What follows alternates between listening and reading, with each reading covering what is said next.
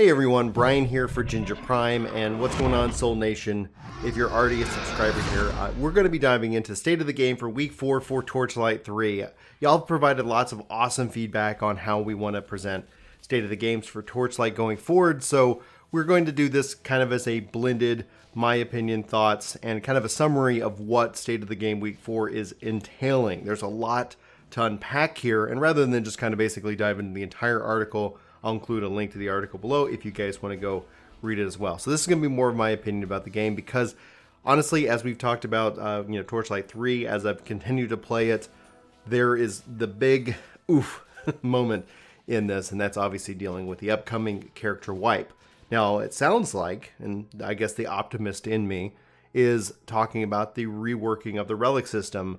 The devs are really interested in taking in that feedback. Characters, especially when you look at Torchlight 2, versus 3, the uniqueness of your builds and the different trees and the passives, like all of that is still lacking. But in fun, awesome news, if you're listening to this and you've never played Torchlight 2, it's free on the Epic Store right now. So if you're deciding, if you're using this video as like, should I jump into Torchlight 3 early access?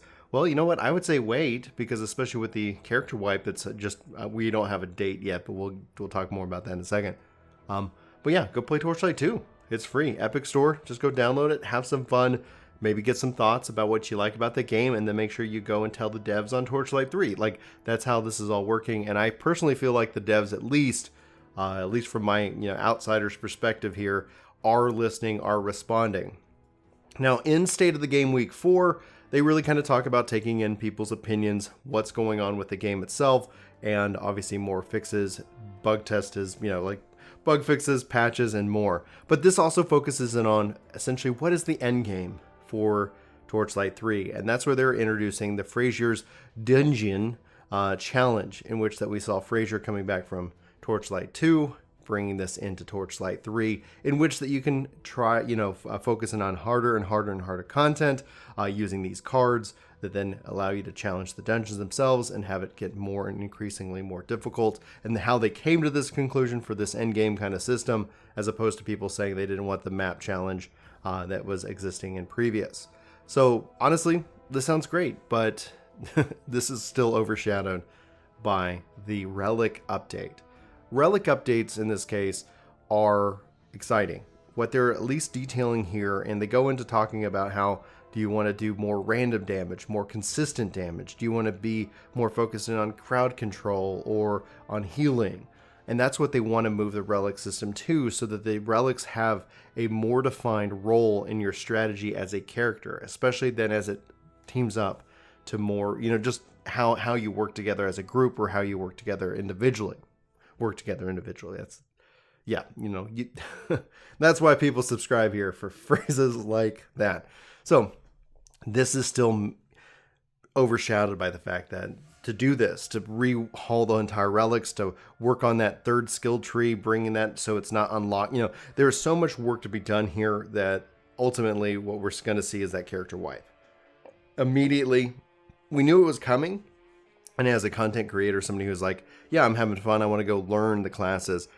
Immediately knowing that it's probably maybe a couple weeks away, month away, they don't have a date, but regardless of that distance, a month, hell, even 2 months, this feels more real, and thus it really felt like a punch to the gut. It really demotivates me from logging in and playing the game currently, because especially with this kind of overhaul, I might just be like, yeah, I might wait. I don't know, we'll see how I feel tomorrow when I wake up, if I'm like, yep, I'm going to go log in and do some Torchlight 3, or if I decide just to continue to focus in on my other games that I'll obviously take up time, or the best thing in the world, hanging out with my family and playing with my kids.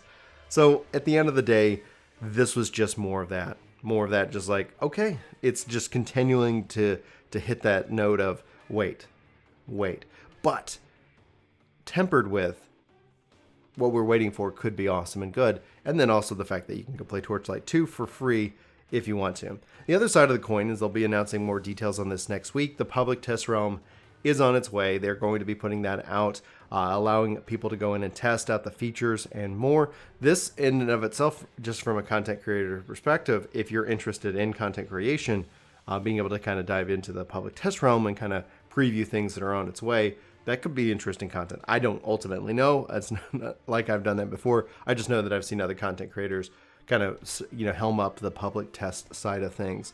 So that's kind of where we're at. That's what the summary of this week 4 ultimately is when it comes to Torchlight, 3 in this case. I really am always going to root and hope that we're going to see a good piece of content, continue to have that update. I'm curious, obviously, about the dungeon challenge, in this case, dungeon, as a genie would be. I'm interested in that kind of piece, and so maybe that's going to be my motivation factor, is to kind of go play around in that. But we'll have to wait and see. I don't know. I'll keep you guys up to date. I actually enjoy this game. Like, there's some really good things in it. When I look at other games that especially kind of give me that vibe of like, oh, this is going the wrong direction, or oh, this is not good, I don't get that from Torchlight 3. Maybe they definitely started off in the wrong direction, but that's the thing. Like, if they're able to come and bring about and deliver a grand experience based off of what the players want, that's going to be, I think, ultimately the best thing. So be sure to continue to give your feedback to the team. Be sure to continue to voice your thoughts on the game and the state of the game. But that's going to be it. So if you guys want to go check out, read the entire article for yourself, pretty much we covered it here in summary. Let me know on the feedback on this regards. Do you like this type of summary more than reading the entire thing? I'm going to label this as a coffee chat because it is a little bit more my opinion based in summary for the news itself. So I'm just kind of curious as to your thoughts overall about it. So sound off in the comments below. Let me know what you're thinking, what you're feeling, and yeah, we'll go from there. Anyway, guys, for Ginger Prime, my name's Brian. Thanks so much for watching and listening to this video. I hope you guys have a fantastic week, and I'll see you, obviously, probably in my next video, hopefully. But we'll also keep you guys up to date here on Torchlight 3, Minecraft Dungeons, Destiny 2. Forgot I was like to say Diablo 2? No, maybe. and more action RPGs, Phantasy Star Online 2. So many 2s and 3s, which is great. I should have renamed this channel the 2s and 3 Action RPG. Fun show. Anyway, let me know what you're thinking. Love your faces, and I'll see you next time. Take care. Thanks for watching this video. I hope you enjoyed. This video is sponsored by me. If you guys like podcast and long form content, I hope you check out Ginger Gaming Radio. Link will be in the description of this video below. So if you're still watching this video, thank you, and check out the new channel for more content, and hopefully you enjoy. Thank you.